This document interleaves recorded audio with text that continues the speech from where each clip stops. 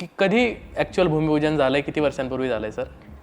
Almost December 2016 मध्ये हे भूमिपूजन झालं. त्यामुळे तसं म्हटलं तर 2017 मध्ये हा प्रकल्प सुरू झाला आणि पहिला टप्पा आपण कोविड येऊनही 2022 मध्ये लॉन्च केला. थोडंसं 2 वर्ष कोविडमुळे आपल्याला टाइम ओव्हररन झाला, पण अनफॉर्च्युनेट होतं की सगळ्या जगभरामध्ये ही महामारी आली होती.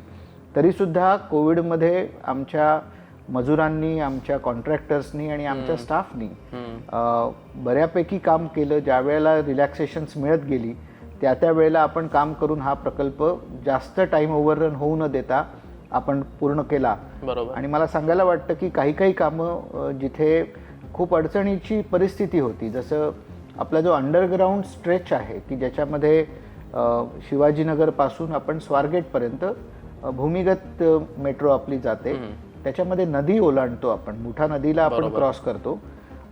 सगळ्या ठिकाणी आपल्याला स्टेशनांसाठी जेवढी आवश्यक जागा लागते तेवढी जागा उपलब्ध नसतानाही ती जागा मिळायला वेळ लागू नये. जसं की मंडई असेल, पूर्वी बुधवार पेठमध्ये स्टेशन होतं, ते कसबा पेठेमध्ये शिफ्ट झालं आणि त्यानंतर एका शाळेची जागा आपल्याला मिळाली.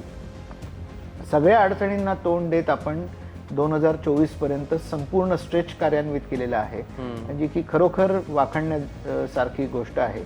आणि त्याला सर्व पुणेकरांचा जो हातभार लागलेला आहे, कारण आम्ही काम करत असतो पण पुणेकर दररोज ते भोगत असतात. एक्झॅक्टली. रस्त्यातनं जाताना आम्ही बॅरिकेड लावलेले असतात आम्हाला, कारण ते सेफ्टीसाठी बॅरिकेड्स आवश्यक असतात. पण जेवढा मी बॅरिकेड लावतो तेवढा तो रस्ता थोडासा संकुचित होतो आणि त्यामुळे सगळ्या जाणाऱ्या येणाऱ्या प्रवाशांचे त्याच्यामध्ये निश्चितपणे हाल होतात.